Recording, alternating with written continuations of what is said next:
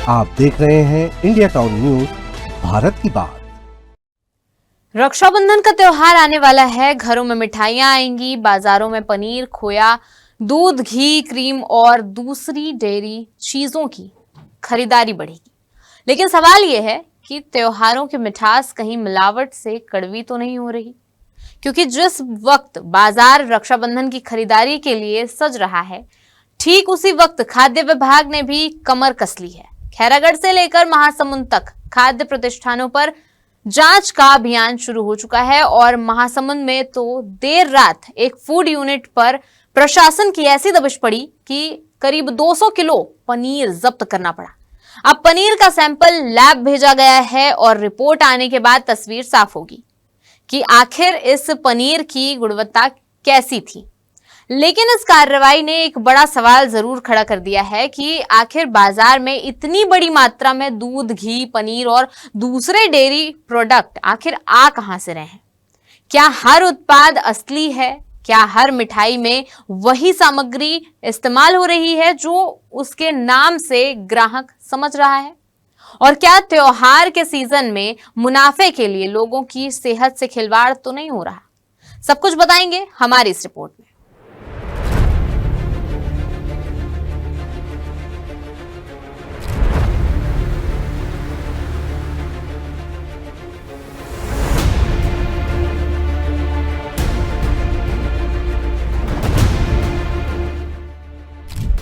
रक्षाबंधन आने वाला है, बाजार तैयार है, मिठाई की दुकानों पर रौनक बढ़ने लगी है। घरों में मेहमान आएंगे तो मिठाई भी होगी। राखी के साथ भाई की पसंद का पनीर भी खरीदा जाएगा। कहीं खोया आएगा, कहीं घी, कहीं क्रीम और चीज से बने खाद्य पदार्थ। यानी त्योहार के साथ दूध और दूध से बने उत्पादों की मांग भी बढ़ने वाली है। लेकिन इसी बढ़ती मांग के बीच अब सबसे बड़ा सवाल है गुणवत्ता का, क्योंकि जब बाजार में किसी खाद्य पदार्थ की मांग अचानक बढ़ती है तो मुनाफे का लालच भी बढ़ता है। ऐसे में मिलावट की आशंका को नजरअंदाज नहीं किया जा सकता। यही वजह है कि रक्षाबंधन से पहले खाद्य एवं औषधि प्रशासन ने प्रदेश भर में 7 दिवसीय अभियान शुरू किया है। अभियान का नाम है बने खाबो बने रहिबो 2.0 और 17 से 23 अगस्त तक चलने वाले इस अभियान में मिठाई से लेकर होटल, रेस्टोरेंट, ढाबे और स्ट्रीट फूड तक की जांच की जा रही है। खैरागढ़, छुईखदान, गंडई जिले में भी खाद्य विभाग की टीम सक्रिय है। थोक और फुटकर मिठाई दुकानों के साथ कन्फेक्शनरी, मौसमी विक्रेताओं, होटल, रेस्टोरेंट, ढाबों और स्ट्रीट फूड प्रतिष्ठानों की भी जांच की जाएगी। खास तौर पर उन मिठाइयों पर नजर है जिन पर सही लेबल नहीं है, जिनमें इंग्रेडिएंट डिक्लेरेशन नहीं है या जिनके नाम और प्रस्तुति से ग्राहक को भ्रमित किया जा सकता है। यानी त्योहार की खरीदारी में ग्राहक जो चीज दूध, खोया या पनीर से बनी समझकर खरीद रहा है, वास्तव में वह वही है ही नहीं। अब इसकी भी जांच होगी। त्योहार का बाजार जहां भी है वहां खाद्य गुणवत्ता पर नजर रखने की तैयारी है और अगर जांच के दौरान कोई संदिग्ध खाद्य पदार्थ मिलता है तो सिर्फ उसे जब्त करके मामला खत्म नहीं होगा। उसके बिल और सप्लायर की जानकारी के आधार पर उसकी पूरी सप्लाई चेन को ट्रेस किया जाएगा। निर्माता कौन है, थोक विक्रेता कौन है और माल कहां से आया, इसकी भी पड़ताल की जाएगी। अब जरा महासमुंद की कार्रवाई को देखिए। रक्षाबंधन से पहले खाद्य सुरक्षा को लेकर प्रशासन कितना गंभीर है, इसका अंदाजा इसी से लगाया जा सकता है कि भलेसर रोड स्थित वैद्य फूड में देर रात करीब 12 बजे संयुक्त टीम ने दबिश दी। राजस्व, खाद्य एवं औषधि प्रशासन और पुलिस की टीम मौके पर पहुंची। एसडीएम अक्षा गुप्ता के मार्गदर्शन में करीब 3 घंटे तक जांच चली। जांच के दौरान मध्य रात्रि में पनीर का निर्माण होता मिला। गुणवत्ता को लेकर संदेह हुआ तो टीम ने करीब 200 किलो पनीर जब्त कर लिया। अब यहाँ एक बात बेहद अहम है। 200 किलो पनीर जब्त हुआ है, लेकिन अभी इसे मिलावटी कहना जल्दबाजी होगी, क्योंकि पनीर का सैंपल जांच के लिए राज्य खाद्य परीक्षण प्रयोगशाला रायपुर भेजा गया है।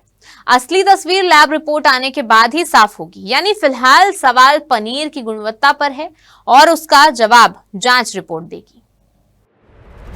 लेकिन इस पूरी कहानी का एक दूसरा पहलू भी है और यही वो सवाल है जिसे नजरअंदाज करना मुश्किल है।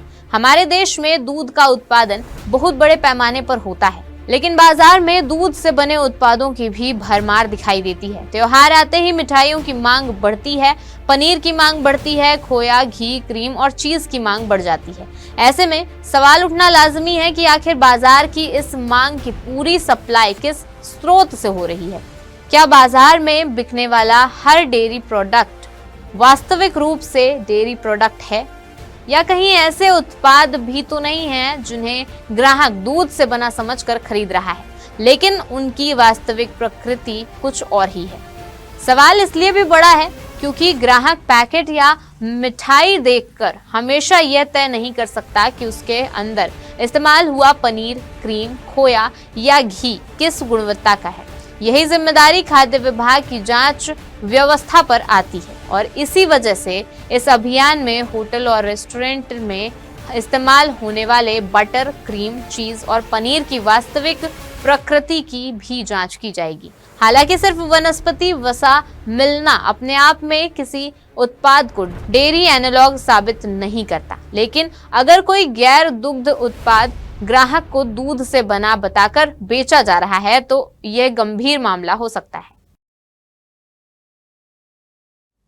रक्षाबंधन पर बाजार से मिठाई खरीदिए, पनीर खरीदिए, खोया खरीदिए और घी भी खरीदिए, लेकिन सवाल पूछना भी जरूरी है क्योंकि त्योहार की मिठास तभी पूरी होगी जब उसमें मिलावट का कोई डर ना हो। प्रशासन ने जांच शुरू कर दी है, महासमुंद में कार्रवाई हो चुकी है। अब नजर लैब रिपोर्ट और आगे होने वाली कार्रवाई पर है।